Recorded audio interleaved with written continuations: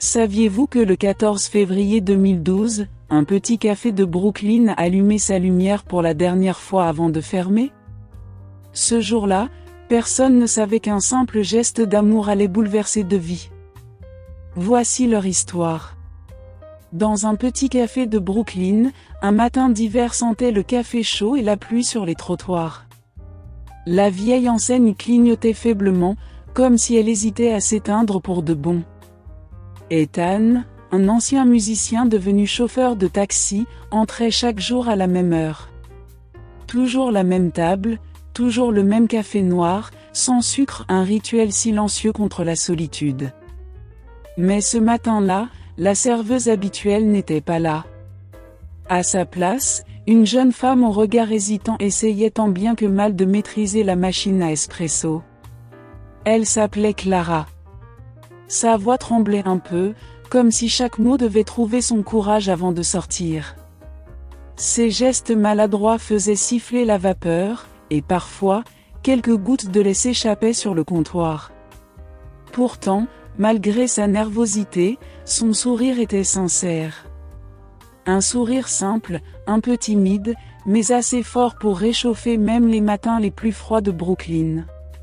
« Désolé, je crois que j'ai encore raté votre commande. » Ethan sourit doucement, sans amertume. « C'est le meilleur café que j'ai jamais bu. » Il ne parlait pas du café, bien sûr. Il parlait de ce petit instant, fragile et humain, où un sourire maladroit pouvait illuminer un matin gris. Dans ce simple geste, il reconnaissait une âme fatiguée derrière un sourire forcé, comme si le monde entier avait ralenti juste pour eux deux. Ce n'était pas vrai, le café n'était pas parfait. Mais Ethan savait reconnaître une âme fatiguée derrière un sourire forcé, un éclat de courage discret que peu de gens pouvaient voir. Et ce matin-là, il ne savait pas encore que ce simple geste, ce simple café, allait changer sa vie pour toujours. Ce jour-là, il ne savait pas encore que ce simple café allait changer sa vie. Les jours passaient, et Ethan revenait toujours au même café. Pas pour le café, souvent trop amer ou mal préparé, mais pour ce sourire maladroit derrière le comptoir, ce petit éclat d'humanité qui rendait chaque matin un peu moins froid. Chaque jour, il apprenait un peu plus à connaître Clara, et chaque sourire, chaque geste maladroit, devenait un fil invisible qui les rapprochait. Clara, elle, commençait à remarquer la régularité de ses visites. Chaque matin, la même silhouette franchissait la porte, les épaules légèrement voûtées par la fatigue, mais les yeux curieux qui scrutaient le café comme s'il cherchait autre chose que du café. Ce matin-là, la pluie tombait doucement sur les vitres embuées du petit café de Brooklyn, formant de longues traînées qui reflétaient les lumières des lampadaires.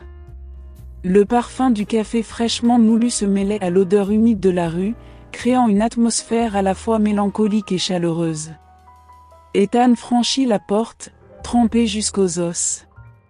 Son manteau était collé à sa chemise, ses cheveux dégoulinant de pluie. Il passa une main sur son visage, comme pour chasser le froid et la fatigue accumulée de la nuit précédente.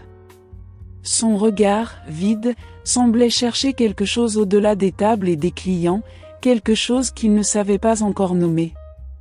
Clara, derrière le comptoir, le vit entrer et son cœur se serra légèrement.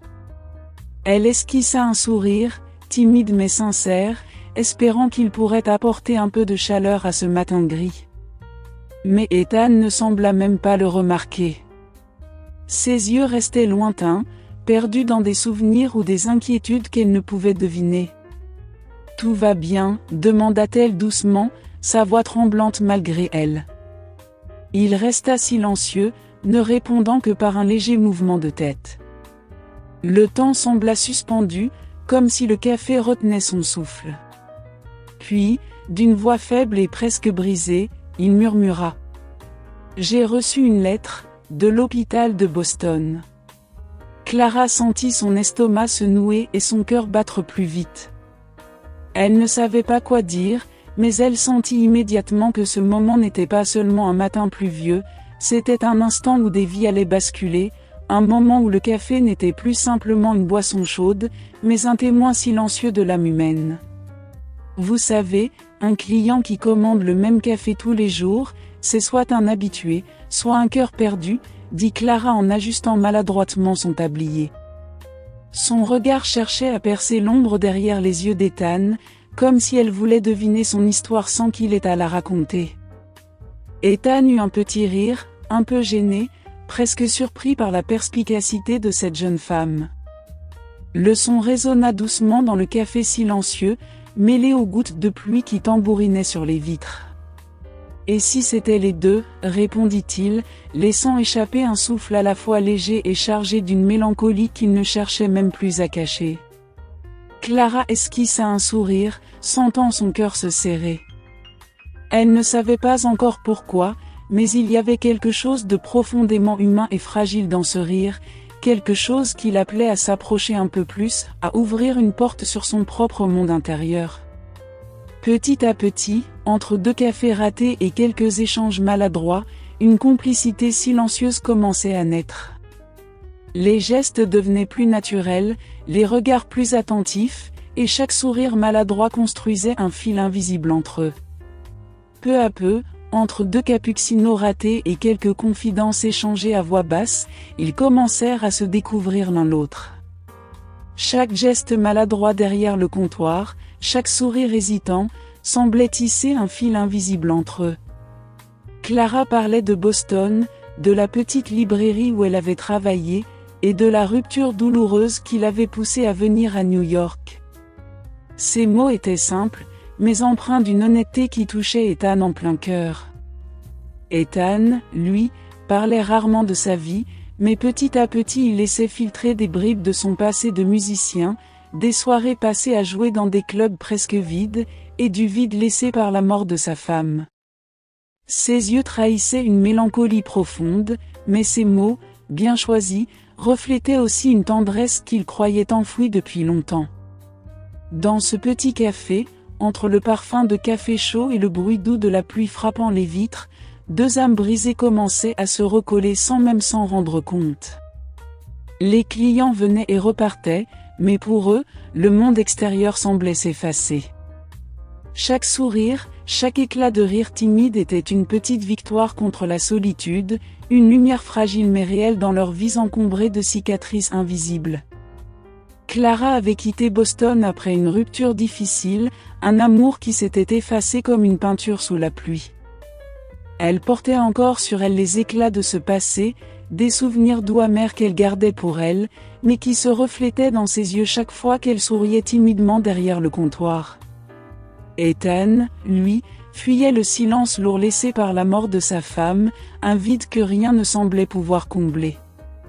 Ses journées de taxi étaient remplies de trajets rapides, de rues animées et de klaxons, mais la solitude le suivait comme une ombre fidèle. Dans ce petit café, entre le parfum réconfortant du café et le bruit léger de la pluie frappant les vitres, deux âmes brisées commençaient à se recoller sans même s'en rendre compte. Les gestes simples, un sourire échangé, un regard complice, un café servi maladroitement, devenaient des ponts fragiles entre leur solitude. Chaque matin, en se retrouvant derrière le comptoir, Clara sentait cette tension douce et étrange dans l'air, une promesse silencieuse que peut-être, juste peut-être, le monde pouvait encore offrir des surprises inattendues. Ethan, en regardant son café fumant et le sourire hésitant de Clara, commençait à comprendre qu'une vie pouvait encore contenir des moments de chaleur, même après la douleur. Ce matin-là, la pluie tombait sur les vitres du café comme pour annoncer quelque chose d'inattendu, un présage que même les habitués ne pouvaient ignorer. Les gouttes frappaient le toit et les vitres avec un rythme régulier, créant une mélodie douce amère qui remplissait l'espace silencieux du café. Ethan entra, trempé de la tête aux pieds, son manteau dégoulinant et ses cheveux collés à son front. Ses yeux étaient vides, comme si le monde extérieur s'était effacé, laissant seulement un poids silencieux dans sa poitrine. Chaque pas résonnait sur le carrelage, et le tintement discret de la clochette de la porte semblait presque trop fort dans ce silence humide. Clara, surprise, essuya rapidement ses mains sur son tablier et s'avança vers lui avec un sourire chaleureux, tentant de percer l'ombre qui semblait l'envelopper. Mais Ethan, absorbé par ce qu'il venait de recevoir, ne vit même pas ce sourire. Son esprit était ailleurs, accroché à une réalité qu'il ne pouvait encore partager. Le café, habituellement animé par les rires et les conversations légères, semblait retenir son souffle. Même le bruit de la machine à espresso paraissait plus discret, comme si le monde entier attendait de voir ce qui allait se passer ensuite. « Tout va bien ?» demanda-t-elle, sa voix tremblante malgré elle, comme si elle redoutait la réponse. Ses mains, encore chaudes du café qu'elle venait de préparer, s'agitaient légèrement, trahissant son inquiétude. Il resta silencieux un instant, le regard perdu dans le vide, observant les gouttes de pluie glisser le long des vitres du café comme si elles racontaient une histoire que lui seul pouvait lire. L'air semblait s'alourdir autour d'eux, suspendu à ce moment fragile où tout pouvait basculer. « J'ai reçu une lettre, de l'hôpital de Boston, murmura-t-il enfin, sa voix brisée par l'inquiétude et la fatigue accumulée. Chaque mot semblait peser sur lui comme un fardeau invisible, et l'odeur du café chaud, si réconfortante quelques instants plus tôt, paraissait maintenant presque étrangère. Clara sentit son cœur se serrer. Elle avait vu de la douleur sur de nombreux visages, mais il y avait quelque chose dans ce silence, dans ce regard figé d'Ethan, qui la transperçait d'une manière qu'elle n'avait jamais ressentie. Elle comprit, sans qu'il ait besoin d'ajouter un mot, que ce courrier portait des nouvelles qu'aucun sourire ne pouvait effacer. Le café, habituellement chaleureux et animé, semblait désormais enveloppé d'un voile de gravité. Les clients autour paraissaient flous, comme si l'espace se resserrait uniquement autour d'Ethan et Clara, leur monde à eux, fragile et suspendu à cette lettre fatidique. Dans cette enveloppe, il y avait les résultats médicaux qu'ils redoutaient depuis des semaines, un petit bout de papier qui contenait tout le poids du monde. Le mot « récidive » brillait en rouge sur le papier, comme une alerte sanglante qui refusait de disparaître. Chaque lettre semblait battre dans la poitrine d'Ethan, résonnant comme un écho douloureux dans le silence du café. Clara sentit son cœur se serrer violemment. Un mélange de peur, de tristesse et d'impuissance l'étreignait, et ses mains tremblaient légèrement alors qu'elle s'approchait de lui, hésitant à toucher ce moment fragile. Elle n'avait jamais su qu'il était malade, jamais imaginé que derrière son sourire fatigué se cachait une bataille invisible et silencieuse. Le café, avec ses murs jaunis et ses tasses éparses, semblait s'effacer autour d'eux. Même le bruit des machines et des clients paraissait lointain, comme si le monde entier retenait son souffle pour ce moment précis. Le temps lui-même semblait suspendu, chaque seconde étirée par l'angoisse et l'inconnu. Ethan, le regard perdu dans l'espace, tenait la lettre comme si le simple fait de la lâcher ferait s'effondrer le monde entier. Clara, à ses côtés, comprit que parfois, les épreuves les plus silencieuses sont celles qui pèsent le plus lourd, et que certains gestes d'attention ou de réconfort ne suffisent pas à effacer la peur de perdre quelqu'un que l'on commence à aimer profondément. Ce jour-là, Clara comprit, d'un seul coup, que parfois, les personnes que l'on aime le plus ne nous appartiennent que pour un instant fugace. Qu'elles peuvent s'échapper entre nos mains malgré tout l'amour et l'attention que l'on leur porte, et que chaque sourire partagé, chaque geste tendre, devient alors précieux, comme un trésor fragile qu'on doit chérir avant qu'il ne disparaisse. Elle sentit un mélange d'impuissance et de gratitude dans sa poitrine, impuissance face à ce destin qu'elle ne pouvait contrôler, et gratitude pour chaque moment qu'elle avait déjà eu avec lui, chaque instant où le café, le sourire, et le simple fait d'être présent avaient créé un lien indélébile. Ethan tenta de sourire, mais c'était un sourire fragile, comme un souffle de vent sur une bougie vacillante. Ses yeux brillaient d'une tristesse contenue, et chaque mot semblait peser lourd sur l'air glacé du matin.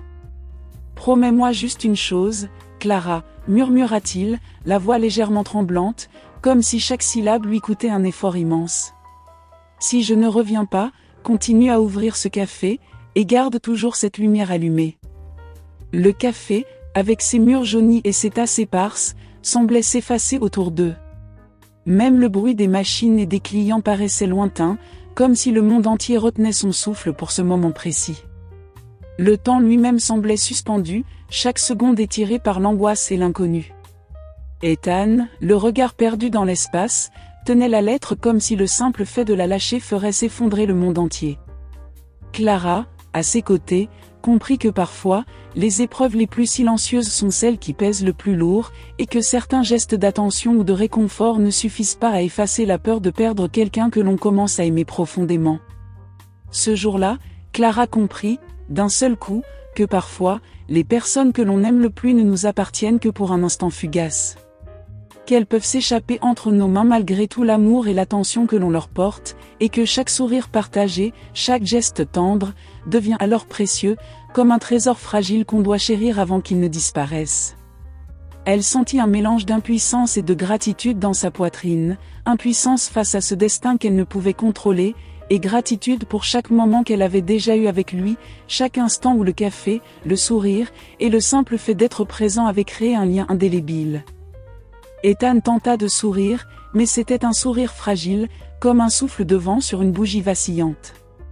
Ses yeux brillaient d'une tristesse contenue, et chaque mot semblait peser lourd sur l'air glacé du matin. « Promets-moi juste une chose, Clara, » murmura-t-il, la voix légèrement tremblante, comme si chaque syllabe lui coûtait un effort immense. « Si je ne reviens pas, continue à ouvrir ce café, et garde toujours cette lumière allumée. » Clara sentit ses mains se serrer sur le comptoir, le cœur battant à tout rompre. La lumière derrière le café, cette petite lampe qui éclairait faiblement le comptoir et qui avait accueilli tant de clients, prenait soudain une signification nouvelle, un symbole d'espoir, de présence et de souvenirs partagés. Elle pouvait presque entendre le poids de ces mots suspendus dans l'air, comme un écho silencieux résonnant entre les murs du café. Tout semblait s'arrêter, le bruit des machines à espresso, les pas des clients, la pluie contre les vitres. Rien ne comptait que cette promesse fragile, ce lien invisible qui les unissait malgré la menace du départ et de l'inconnu. Clara hocha la tête doucement, les larmes menaçant de tomber. « Je te le promets » murmura-t-elle, sa voix à peine audible. Mais même en prononçant ces mots, elle savait que tenir cette promesse ne serait pas seulement un acte de courage, mais un acte de cœur, une déclaration silencieuse que l'amour et la mémoire pouvaient survivre à l'absence. Il sortit sans se retourner, laissant derrière lui l'odeur du café, le tintement léger de la cloche au-dessus de la porte, et le goût amer de l'absence. Clara resta figée quelques secondes, le regard fixé sur la vitre où se reflétait encore sa silhouette. Dehors, la pluie effaçait déjà ses pas, comme si le monde refusait de garder une trace de lui. Les jours suivants, le café semblait plus vide, plus silencieux. La chaise d'Ethan, près de la fenêtre, restait toujours tirée, comme si elle l'attendait. Parfois, Clara posait instinctivement 2 tasses sur le comptoir avant de se rendre compte qu'il ne viendrait pas.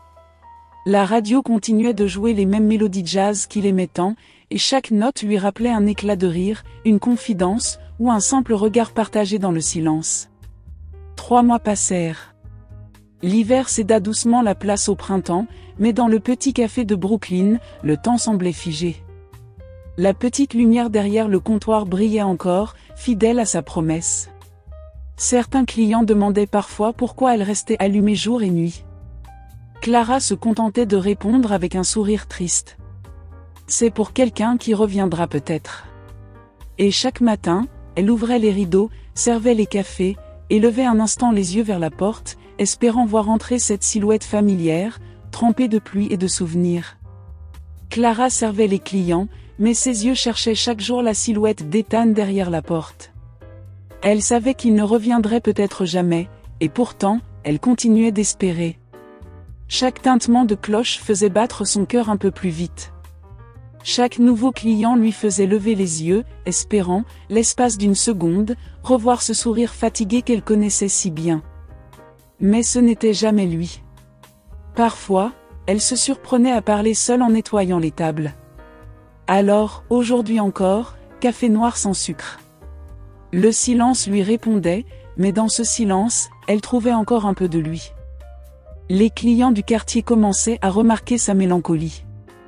Une vieille dame lui avait dit un matin : « Ma fille, certaines personnes ne s'en vont jamais vraiment. Elles restent là, dans les lieux qu'elles ont touchés, dans les cœurs qu'elles ont aimés. » Clara avait souri, retenant ses larmes. Un soir de février, presque un an après sa dernière visite, alors qu'elle s'apprêtait à fermer, un facteur entra dans le café, trempé par la neige. Il tenait une petite enveloppe, usée, sur laquelle était écrit d'une écriture familière, pour Clara, café de Brooklyn. Un matin, alors qu'elle rangeait les tasses comme à son habitude, quelque chose attira son regard. Sous la caisse, une enveloppe jaunie, légèrement froissée. Elle la prit entre ses doigts tremblants. Au dos, une écriture qu'elle connaissait par cœur, pour Clara. Elle sentit son cœur s'arrêter une seconde. En ouvrant doucement, elle découvrit une photo. Ethan, allongé sur un lit d'hôpital, mais souriant. Dans sa main, un petit papier sur lequel étaient écrits ces mots simples. « Merci d'avoir rallumé la lumière. » Les larmes montèrent sans prévenir, roulant sur ses joues tièdes. Mais cette fois, elles n'étaient pas de tristesse. C'étaient des larmes de paix, de reconnaissance. Elle leva les yeux vers la fenêtre du café. Le soleil perçait timidement à travers les nuages, projetant une lumière dorée sur le comptoir. Clara sourit. Pour la première fois depuis longtemps, elle sentit qu'il était toujours là, quelque part, dans chaque rayon de soleil, dans chaque odeur de café, dans chaque matin tranquille. Parce que parfois, l'amour ne guérit pas la vie, mais il éclaire les jours qui restent, doucement, sans bruit. Et dans ce petit café de Brooklyn, la lumière ne s'éteignit plus jamais. Chaque matin, elle brillait comme un rappel silencieux. Même les âmes perdues peuvent se retrouver. Et parfois, un simple café suffit à rallumer tout un cœur. Ce que cette histoire m'a appris, c'est que les plus grandes guérisons ne viennent pas toujours des médecins, mais des gens qui restent, même quand tout semble perdu. L'amour ne résout pas tout, mais il nous apprend à continuer à espérer. Et dans ce petit café de Brooklyn, la lumière ne s'éteignit plus jamais. Et vous? À qui devez-vous dire merci d'avoir rallumé la lumière? Si cette histoire a touché votre cœur, abonnez-vous. Car d'autres récits inspirants vous attendent ici, chaque semaine.